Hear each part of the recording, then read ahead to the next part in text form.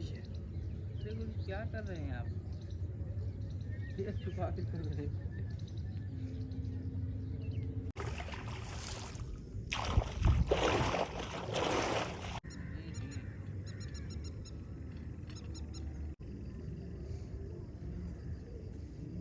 गुरुजी, हाँ ब्रेक मारिए, सही है, पैर न गिराने हैं, सही हो जाएगा।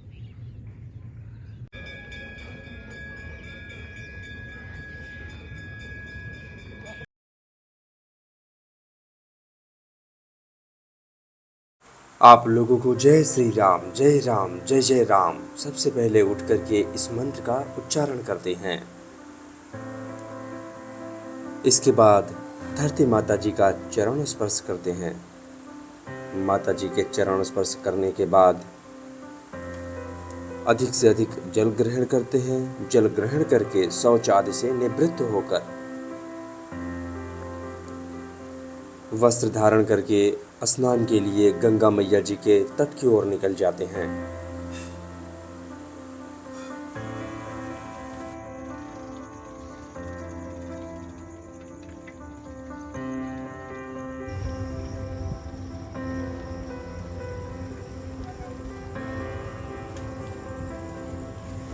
रास्ते में पहुंचकर गौ माता जी के दर्शन करते हैं और निकल जाते हैं माता जी के तट की ओर। माता जी के तट के समीप पहुंचकर भगवान जी के दर्शन करते हैं और माता जी के तट की ओर निकल जाते हैं। माता जी के तट पर पहुंच आए हैं। आगे गंगा मैया जी की निर्मल धारा है, अब स्नान करेंगे।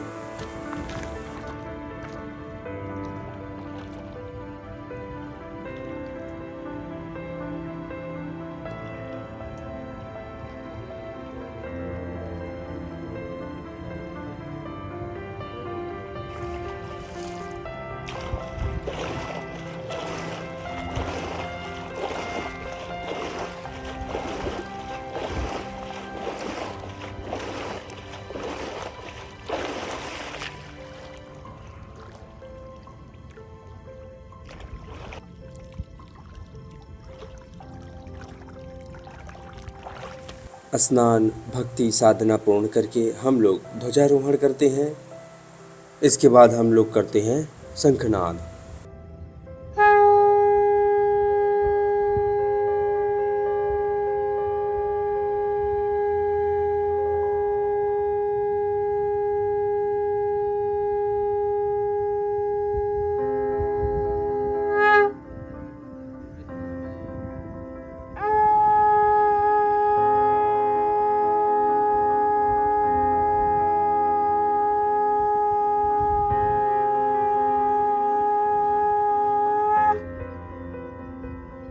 इसके बाद हम लोग बैठ जाते हैं प्राणायाम के आरंभ में वज्रासन में।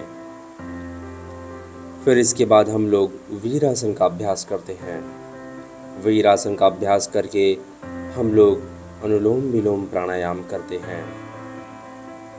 अनुलोम विलोम प्राणायाम करके हम लोग ज्ञान मुद्रा का अभ्यास करते हैं। इसके बाद कपाल भारती प्राणायाम करते हैं। कपाल भारती प्राणायाम पूर्ण करके भ्रामरी प्राणायाम करते हैं। भ्रामरी प्राणायाम पूरा करके हम लोग शून्य मुद्रा का अभ्यास करते हैं। शून्य मुद्रा का अभ्यास करके हम लोग अभय मुद्रा का अभ्यास करते हैं। अभय मुद्रा का अभ्यास करके हम लोग ओम का उच्चारण करते हैं।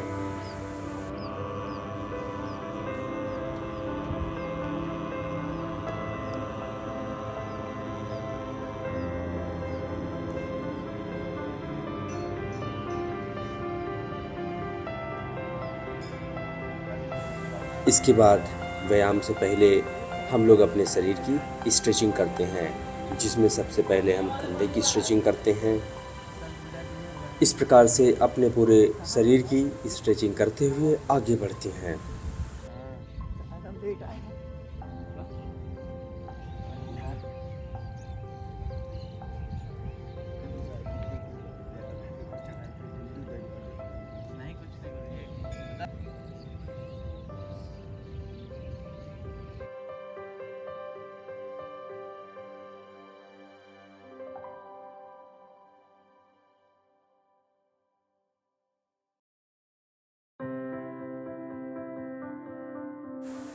इसके बाद अपने पाँव को स्ट्रेच करते हैं।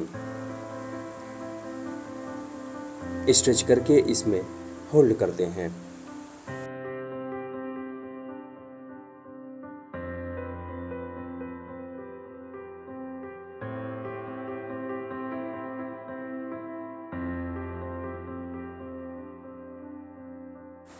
उसके बाद 25 से 30 किलो का एक पत्थर लेते हैं और इस प्रकार से जो है उठते और बैठते हैं। इसके बाद लगाते हैं चक्रासन और चक्रासन में ही लगाएंगे कुछ सपाट।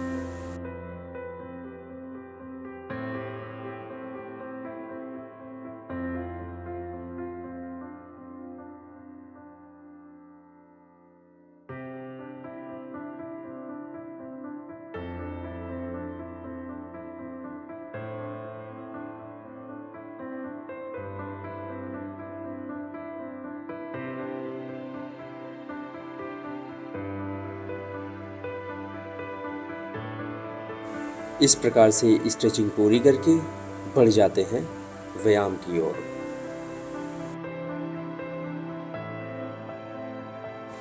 तो हर दिन की तरह व्यायाम की शुरुआत साधारण सपाट से करते हैं।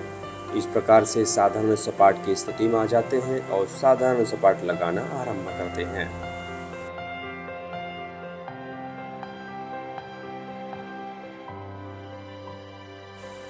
साधारण सपाट लगा के पूरा करते हैं और थोड़ा सा आराम करेंगे, पुनः आ जाएंगे कुंभक सपाट की स्थिति में।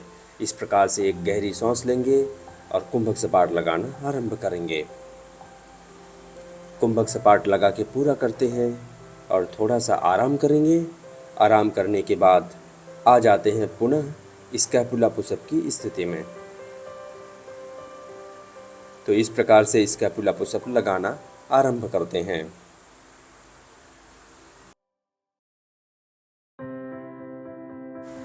स्कैपुला पुशअप लगा के पूरा करते हैं और थोड़ा सा आराम करते हैं। फिर इसके बाद आ जाते हैं हिंदू सपाट की स्थिति में और हिंदू सपाट लगाना आरंभ करते हैं।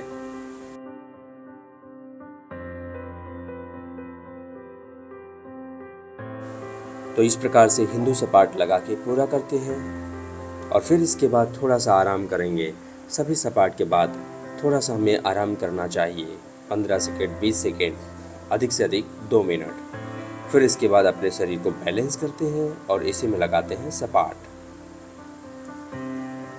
तो अलग अलग तरीके से अपने शरीर की बैलेंसिंग करते हुए आगे बढ़ते हैं और इसी के साथ अपने व्यायाम का पहला पड़ाव भी पूरा करते हैं।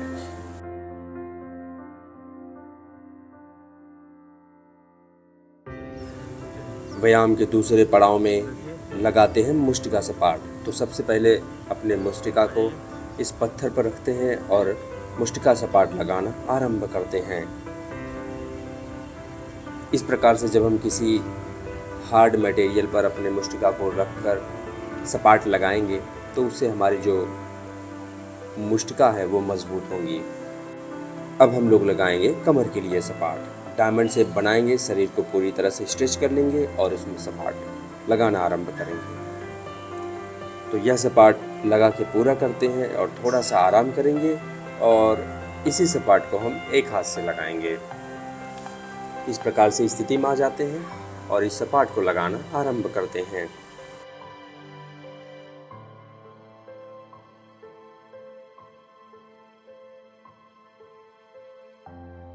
इस सपाट को लगा के पूरा करते हैं और थोड़ा सा आराम करेंगे।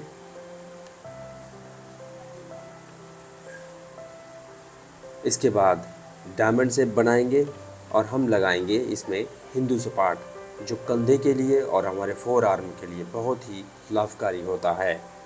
इस सपाट को हमें नित्य लगाना चाहिए। यह सपाट लगा के पूरा करते हैं और थोड़ा सा आराम करेंगे और इसके बाद पुनः आ जाएंगे हम कंधे के लिए ही सपाट लगाएंगे। इसमें डायमंड शेप बनाएंगे और इसमें लगाएंगे हम पाइक पुशअप।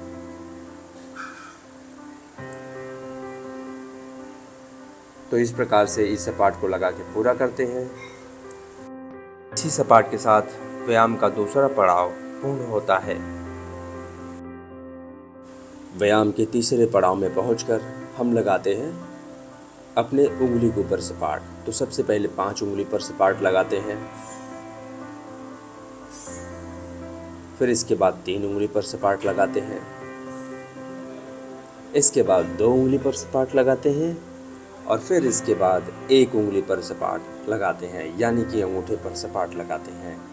तो इस प्रकार से उंगली के ऊपर सपाट लगा के पूरा करते हैं और पुनः आ जाते हम दंड लगाने के लिए। तो इस प्रकार से दंड लगाना हम आरंभ करते हैं।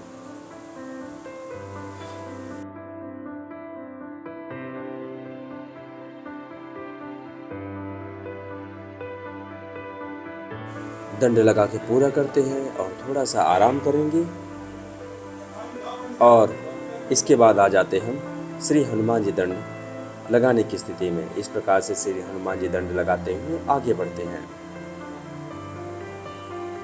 तो श्री हनुमान जी दंड लगा के पूरा करते हैं और थोड़ा सा आराम करेंगे और फिर इसके बाद लगाएंगे देसी दंड बैठक।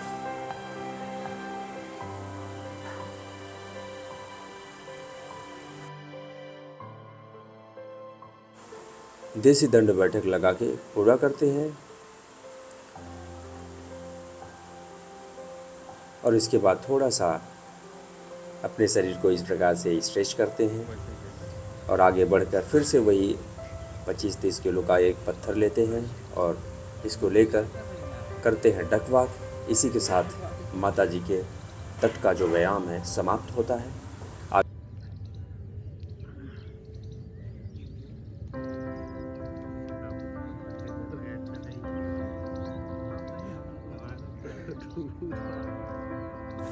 आगे बढ़कर हम लोग श्रीमद् भगवद गीता का पाठ करेंगे। फिर इसके बाद हम लोग कुछ कथा पर चर्चा करेंगे। श्रीमद् भगवद गीता द्वितीय अध्याय श्लोक संख्या 27 एवं 28। जातस्य हि ध्रुवो मृत्युर्ध्रुवं जन्म मृतस्य च तस्माद् पारिहार्यर्थे न त्वं शोचित उमर्हसि। जिसने जन्म लिया है उसकी मृत्यु निश्चित है और मृत्यु के पश्चात पुनर्जन्म भी निश्चित है। अतः अपने अपरिहार्य कर्तव्य पालन में तुम्हें शोक नहीं करना चाहिए। अव्यक्तादीन भूतानि अव्यक्त मध्यानि भारत अव्यक्त निधनान्यनेव तत्र का परिदेवना।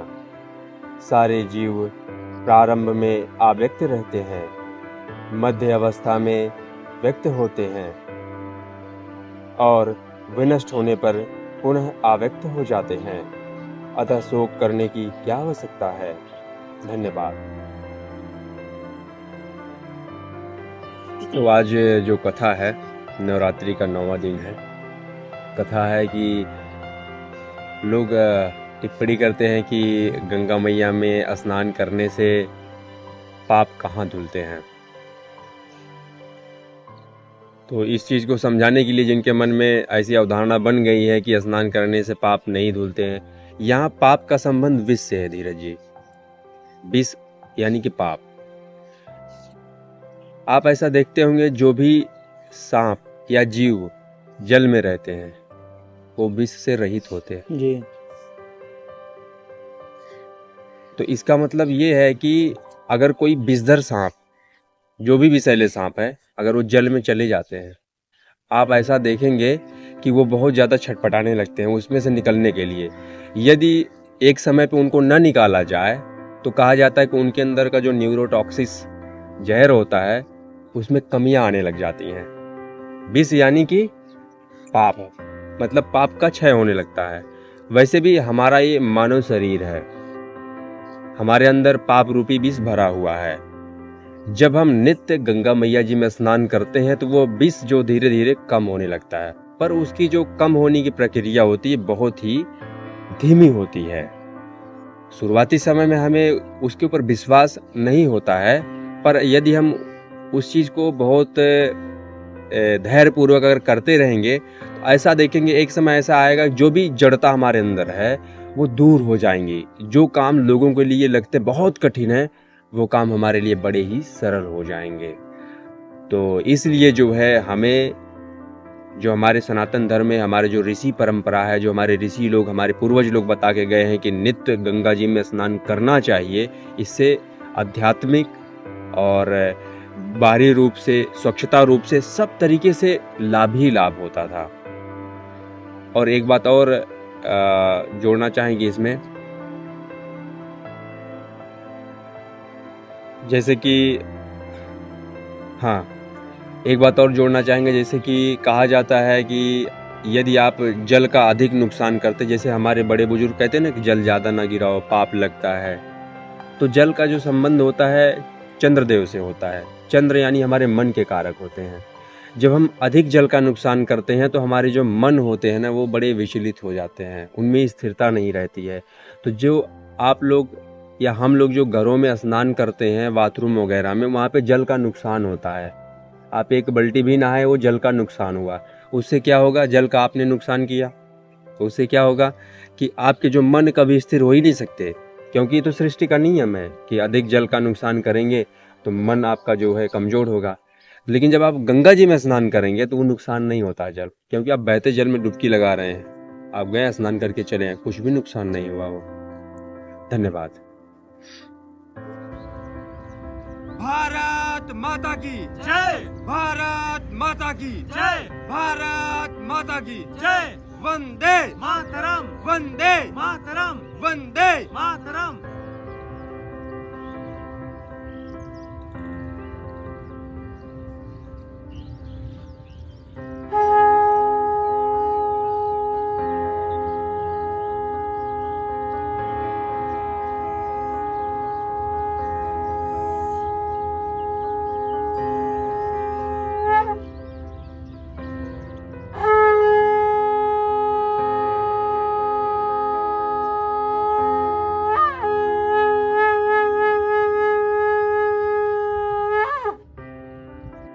हम लोग सब कुछ पूर्ण करके आ जाते हैं गंगा मैया जी के तट की ओर और गंगा मैया जी की करते हैं सफाई।